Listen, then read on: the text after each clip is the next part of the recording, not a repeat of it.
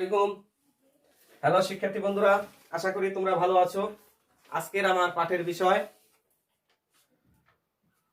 একাদশ দ্বাদশ শ্রেণীর উচ্চতর গণিত প্রথম পত্র অক্ষরপত্র প্রকাশনী বইয়ের বিন্যাস ও সমাবেশের সৃজনশীল প্রশ্ন 3 এর সমাধান।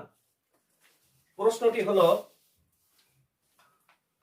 কলেজে শিক্ষকদের যোগদানের সময় লেকচারার পদবীতে ডাকা হয় এবং পদোন্নতি পেয়ে প্রফেসর হয়ে চাকরি থেকে অবসরে যায়। এটা হলো আমাদের উদ্দীপক। আমরা জানি কলেজে যারা আছেন তারা লেকচারার পোস্টে যোগদান করেন এবং সর্বশেষ তারা প্রফেসর হিসাবে অবসরে যান। ক প্রশ্ন, চারটি ভিন্ন ভিন্ন বস্তু থেকে একবারে চারটি নিয়ে কতগুলো বিন্যাসের মাধ্যমে দুটি রঙিন বস্তু সর্বদা অন্তর্ভুক্ত থাকবে। তোমরা সৃজনশীল প্রশ্নে সবসময় মনে রাখবে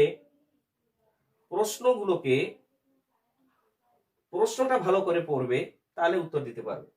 8টি ভিন্ন ভিন্ন জিনিস, 4টি নেব প্রত্যেকবার। এই 4টির ভিতরে আবার 2টি রঙিন বস্তু সর্বদা থাকবে। প্রশ্নটি আশা করি বুঝতে পেরেছো। আমার পরবর্তী প্রশ্ন খ, প্রথমে ও শেষে আর রেখে প্রথম ও দ্বিতীয় ইংরেজি শব্দ দুটির সাজানোর বিন্যাসের অনুপাত বের করো। গ, ব্যঞ্জন বর্ণগুলিকে একাত্র না রেখে দ্বিতীয় ইংরেজি শব্দটিকে কত উপায়ে বিন্যাস করা যায়। এ হলো আমাদের 3টি প্রশ্ন।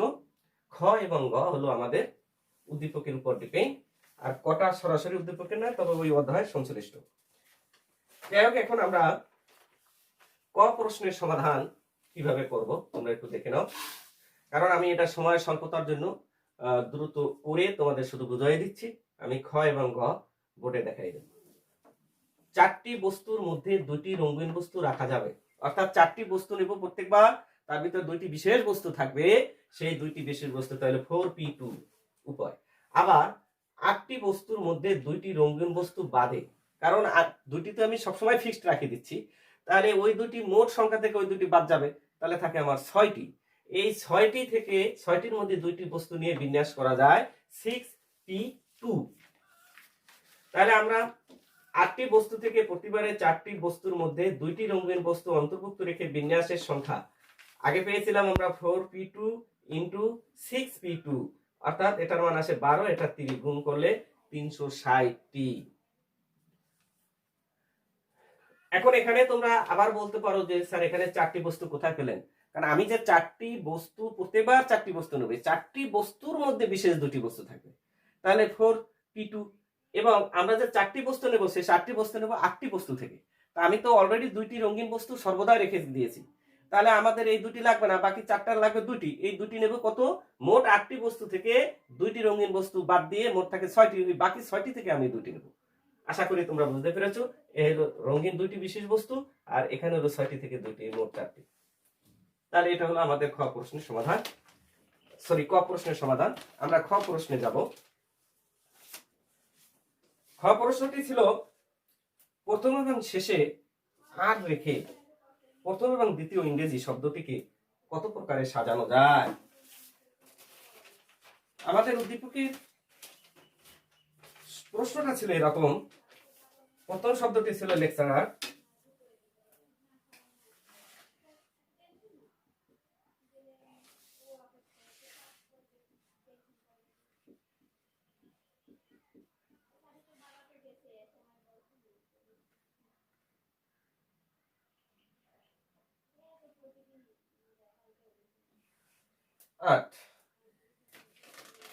এই 8টি লেকচারার শব্দটিতে মোট 8টি শব্দ আছে। কয়টি? 8টি। এই 8টির ভিতরে দেখো দুইটি আর আছে, 2টি আর,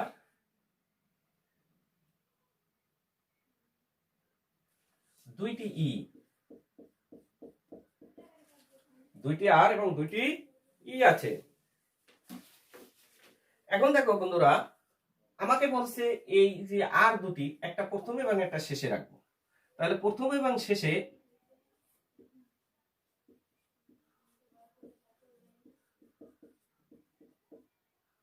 আর নির্দিষ্ট রেখে, তাহলে আমাদের ছিল কত 8, এই যাবে 2টি আর যাবে, থাকবে কয়টি 6টি।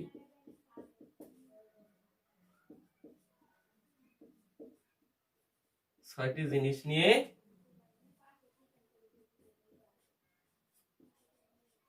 বিন্যাস করা যায়। দেখো ফ্যাক্টোরিয়াল 6 আর আমাদের এই যে 6টির ভিতরে আবার 2টি ই ছিল, এই জন্য ফ্যাক্টোরিয়াল 2। তবে এই যে আমাদের যেটা বিন্যাস করা যায় এটাকে আমরা p1 যদি ধরে নিই, তাহলে আমাদের আসে এটাকে আমরা ক্যালকুলেশন করেও নিতে পারি অথবা এই অবস্থায় রেখে দিতে পারি। এরপরে দেখো প্রবেচার।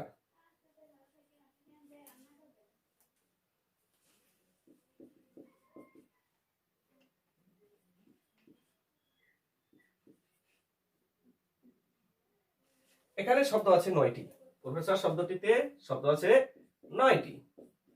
দেখো এই 9টির ভিতরে আবার 2টি আর,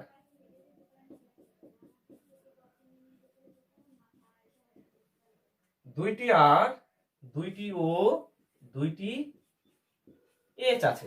দেখো 2টি এস, 2টি ও, 2টি আর। এখন একইভাবে আমাদের আর দুটিকে প্রথমে এবং শেষে নির্দিষ্ট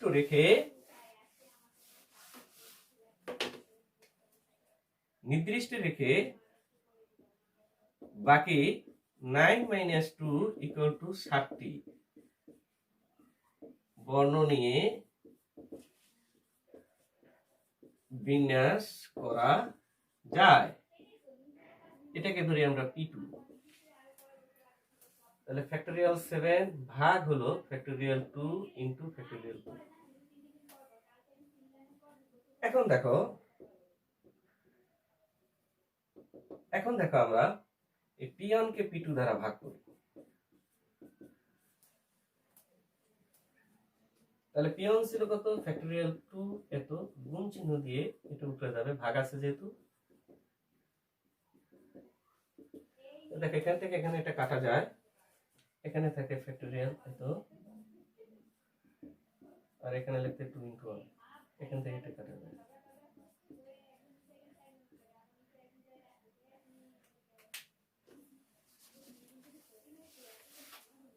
এরপর দেখো p1 = p2 = 2:7। তাহলে দেখো আমাদের খ প্রশ্নের সমাধান হলো যে প্রথমে এবং শেষে আর রেখে প্রথম এবং দ্বিতীয় ইংরেজি শব্দের সাজানোর অনুপাত 2:7। আশা করি তোমরা বুঝতে পেরেছো। গ প্রশ্নের উত্তর, ব্যঞ্জন বর্ণগুলোকে একত্রে না রেখে দ্বিতীয় ইংরেজি শব্দটিকে কত উপায়ে পূর্ণ বিন্যাস করা যায়। দেখো দ্বিতীয় শব্দ কোনটি তোমরা লিখবে উদ্দীপকের। আশা করি তোমরা একটু সময় বেশি লাগলেও একটু পূর্ণাঙ্গভাবে ভিডিওটি দেখবে এবং আমার চ্যানেলটিকে সাবস্ক্রাইব করবে, যাতে আমি আবার তোমাদের জন্য পরবর্তী সৃজনশীল প্রশ্নের উত্তরগুলো দিতে পারি। উদ্দীপকের দ্বিতীয় শব্দটি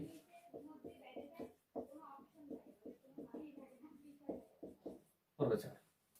দেখো প্রচার শব্দটির ভিতরে ব্যঞ্জন বর্ণ আছে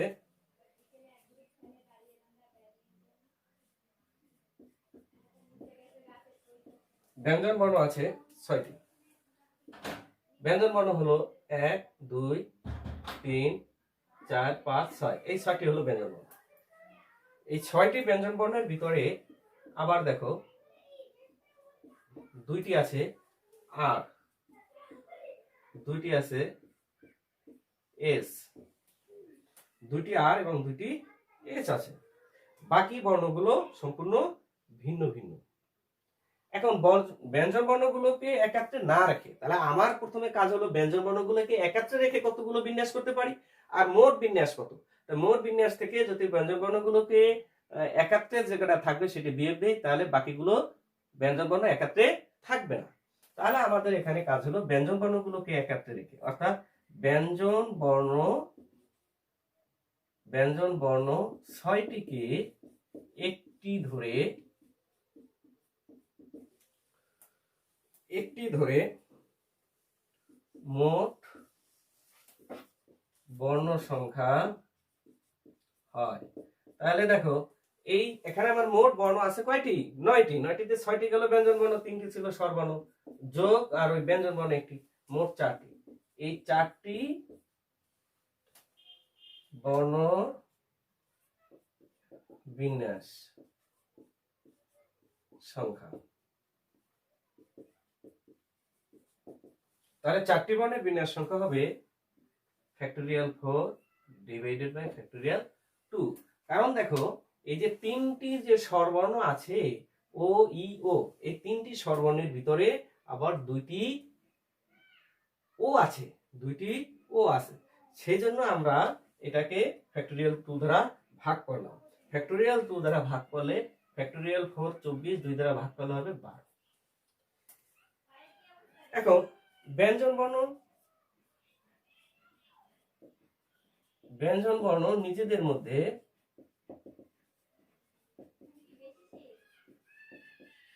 বিন্যাস করে। তাহলে ব্যঞ্জন বর্ণ আছে 6টি, ফ্যাক্টোরিয়াল 6, আর এর ভিতরে আমরা জানি 2টি আর আছে এবং 2টি এস আছে, এই 2 দ্বারা ভাগ। তাহলে ভাগ করলে আমাদের আসবে 180।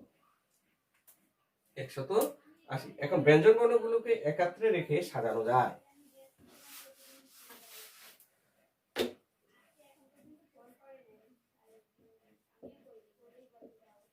ব্যঞ্জন বর্ণ একত্রে রেখে বিন্যাস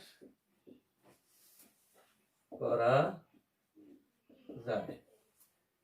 তাহলে আমাদের আসলো, আগে ছিল 4, এখানে ছিল 12, সরি, আর ওখানে আছে 180। এটা আমাদের গুণ করলে আসবে 2160। এইগুলোর ভিতরে ব্যঞ্জন বর্ণ একত্রে থাকবে। মোট বিন্যাস সংখ্যা, মোট কেটা প্রফেসর শব্দটির মোট বিন্যাস সংখ্যা।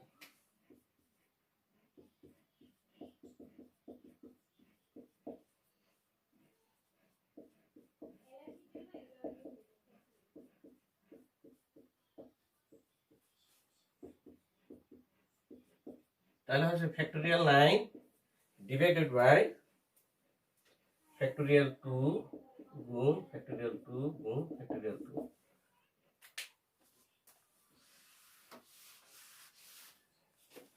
তাহলে আমাদের গুণ করলে আসবে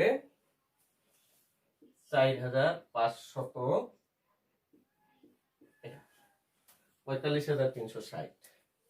এখন দেখো শিক্ষার্থী বন্ধুরা, ব্যঞ্জন বর্ণ একত্রে থাকবে না, এইটা হলো মোট বিন্যাস সংখ্যা প্রফেসর, আর এইগুলোর ভিতরে স্বরবর্ণগুলো একত্রে ছিল এই কয়টা, আর ব্যঞ্জন বর্ণ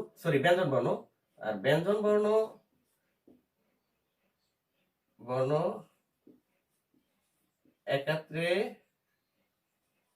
থাকবে না এমন বিন্যাস সংখ্যা মাইনাস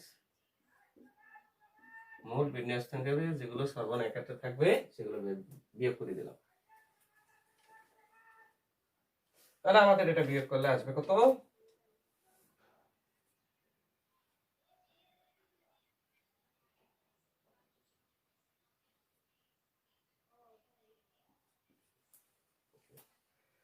অর্থাৎ ব্যঞ্জন বর্ণ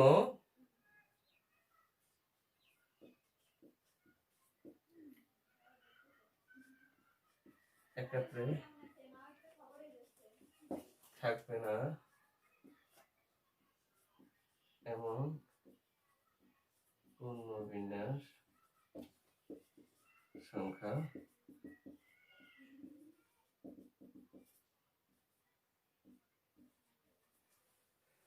তাহলে আমাদের হলো 43,199। তাহলে এটাই হলো আমাদের উত্তর। আশা করি তোমরা বুঝতে পেরেছো। পরবর্তী সৃজনশীল প্রশ্ন দেখার জন্য আমার চ্যানেলটিকে বেশি বেশি তোমরা লাইক এবং সাবস্ক্রাইব করো। তোমরা ভালো থাকো।